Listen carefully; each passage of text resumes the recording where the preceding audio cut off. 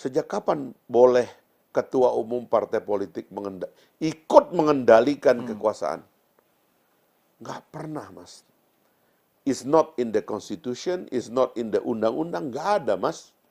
Saya waktu dulu saya konflik sama teman-teman di PKS.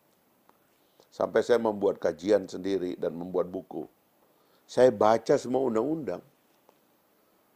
Partai politik itu peserta pemilu, bukan pengendali negara. Pengendali negara itu adalah orang yang dipilih, elected official. Ya. Itu pengendali negara. Tapi kita keterusan.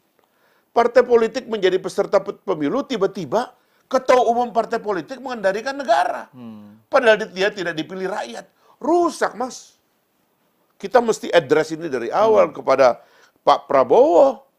Partai politik, kau boleh peserta pemilu. Ya, karena kau juga ditoblos rakyat, tapi pada dasarnya rakyat itu bermigrasi. Karena siapa yang terpilih itu kan siapa yang dapat suara paling banyak. Ya. Artinya kan rakyat milih orang.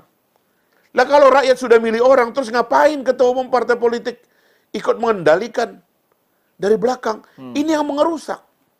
Dan itu yang dihadapi oleh Pak Jokowi, ketidaknyamanan duduk di kursi presidensialisme, tapi pada saat yang sama dia tahu di sekitarnya ini diterpedo oleh banyak kelompok.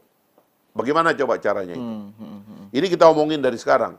Makanya saya bilang berkali-kali tentang Pak Prabowo, jangan kalian coba-coba ganggu Pak Prabowo. Saya sendiri terus terang, Mas, ya.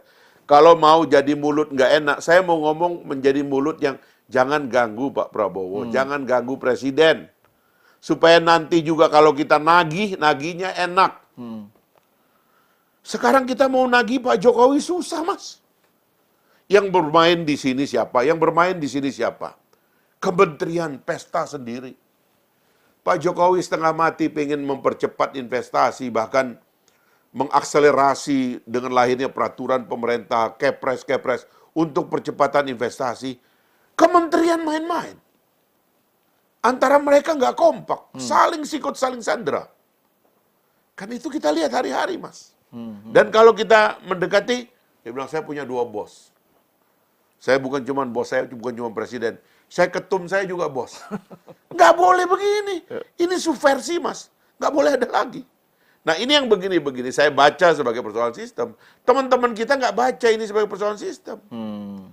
Kita harus mendorong sebagai masyarakat sipil, mendorong pemurnian daripada sistem kita.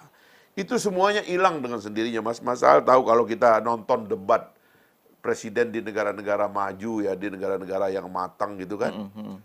Kalimat paling banyak dia ngomong itu adalah I will, dia bilang, fix the system. Fixing the system.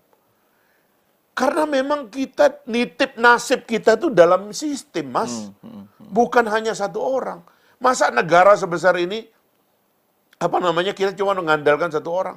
Cabang kekuasaan ada eksekutif, ada legislatif, ada judikatif. Kita punya masyarakat sipil yang bikin podcast kayak gini. Kan banyak orang, Mas, kok tiba-tiba yang salah cuma satu orang.